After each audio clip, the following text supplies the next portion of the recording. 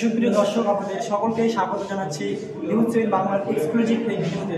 আপনাদের জানিয়ে রাখি, আজ স্বামী বিবেকানন্দের জন্মদিন এবং জাতীয় যুব দিবস।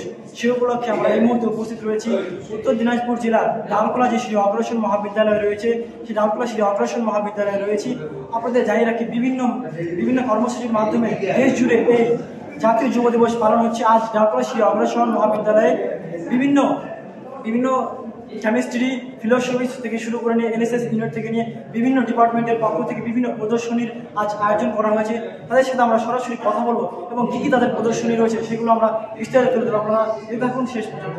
এখানে জানিয়ে রাখি, এই যে ফিলোসফি ডিপার্টমেন্ট রয়েছে, এগুলো কী জিনিসটা? এটা হচ্ছে ইউথেনেশিয়া, যার অর্থ হচ্ছে কি করুণা হত্যা বা কৃপা হত্যা। যেখানে কোনো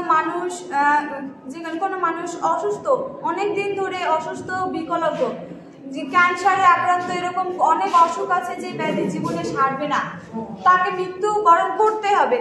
সেই রোগ জীবনে সারবে না, আর এই রোগ থেকে বাঁচার জন্য সে অনেক দিন ধরে 10 বছর ধরে 5 বছর ধরে অসুস্থ হয়ে আছে, আর এই অসুস্থতার কোনো কারণ বুঝতে পারছে না। আর এই অসুস্থ থেকে মুক্তি হওয়ার জন্য সে এই ইউথেনেসিয়া, যেটা করুণা হত্যা বলছে, করুণা হত্যার জন্য এই করছে।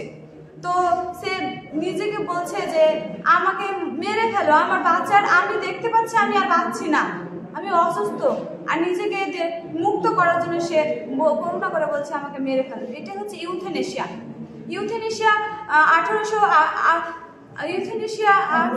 1880 খ্রিস্টাব্দ থেকে নেদারল্যান্ডে স্টার্ট হয়েছে, যেটা নেদারল্যান্ডে শুরু হয়েছে। আর এই ইউথেনেশিয়াটা হচ্ছে আমাদের ভারতবর্ষে প্রচারিত হয়নি, কিন্তু এটা আইনতভাবে প্রচারিত হওয়ার জন্য করছে ইউথেনেশিয়া। তোমার নাম, পরিচয়, কোন ক্লাসে, কোন সেমিস্টারে পড়ো এখন? আমার নাম ইসমাতুল খাতুন, আমি 3rd সেমিস্টার, ডালখোলা শ্রী অগ্রসর মহাবিদ্যালয়, মহাবিদ্যালয়ের ফিলোসফি ডিপার্টমেন্ট। 16 जुलाई 1948 और sir DG ministry of defence lieutenant general Gurbirpal Singh, और सर एनसीसी का मोटो डिसिप्लिन एंड यूनिटी, और एनसीसी सॉन्ग हम सब भारतीय है। इसका रिटन बाय सुदर्शन फकीर, और उसका purpose of NCC character discipline, secular approach. তোমাদের ডিজি, আমাদের ডিপার্টমেন্টের ডিজি ছিলেন মানে 6 মাসের জন্য দিলওয়ার সিং, এই एनसीसी डिफेंस। ऐसा मिस हो गया ये तो जानी तुम्हारे लिए तो कोई स्कॉलरशिप दी जाती है, तो इसमें बेनिफिट फॉर एनसीसी कैडेट को जो स्कॉलरशिप दी गई है, यहाँ पे लिखा हुआ है जो बेस्ट कैडेट होते हैं उनको 3000 रुपीज करके मिलते हैं, जो सेकंड बेस्ट कैडेट होते हैं उनको इतने मिलते हैं 2000 रुपीज करके। और फिर जैसे हमारे जो एनसीसी में एक्टिविटीज सब दिए जाते हैं 500, 200, मतलब किसी उन लोग को इसलिए दिए जाते हैं ताकि उन लोग को पता चले कि उन लोग में भी कुछ खूबियां है इस तरह से। और ऐसे तो हमारे कॉलेज में बहुत सारे स्कॉलरशिप है, जो अच्छे हैं पढ़ने में उन्हें स्वामी विवेकानंद का स्कॉलरशिप मिलता है, और जिनका 75 या 70% से नीचे होता है उनको और भी स्कॉलरशिप दी जाती है। ये नहीं कि जो पढ़ने में अच्छे नहीं है तो उनको स्कॉलरशिप नहीं दी जाती है, सबको स्कॉलरशिप दी जाती है। तो यही है। तो आपके वो स्कॉलरशिप के अंदर में आपको ये है? हाँ सर, स्वामी विवेकानंद 75% से ऊपर है। अच्छा, यस सर। तो आप लोग इसके मिलने के बाद भी आप किसी दूसरे को कि आप कोई जानकारी दिया कि किसी को इसके में प्रभावी के लिए बोला है? सर ये तो फिलहाल अभी बैन, मतलब एनसीसी कैडेट के लिए है, जो एनसीसी करते हैं ये उनके लिए है, और जो हमारे कॉलेज में स्कॉलरशिप दी जाती है वो सारे कॉलेज के स्टूडेंट हैं।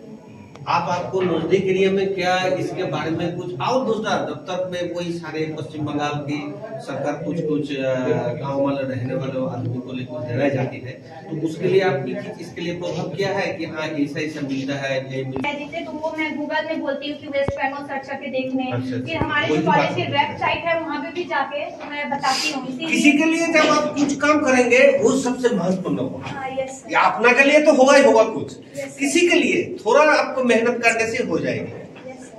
बढ़िया है, ठीक है।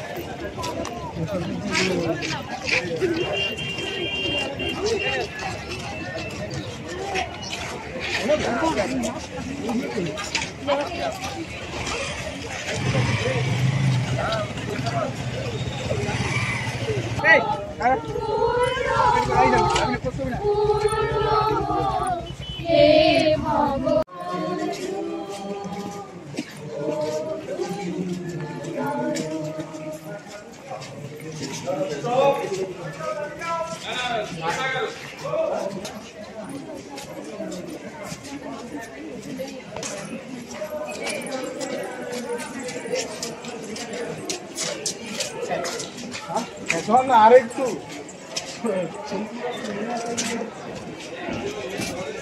ভালো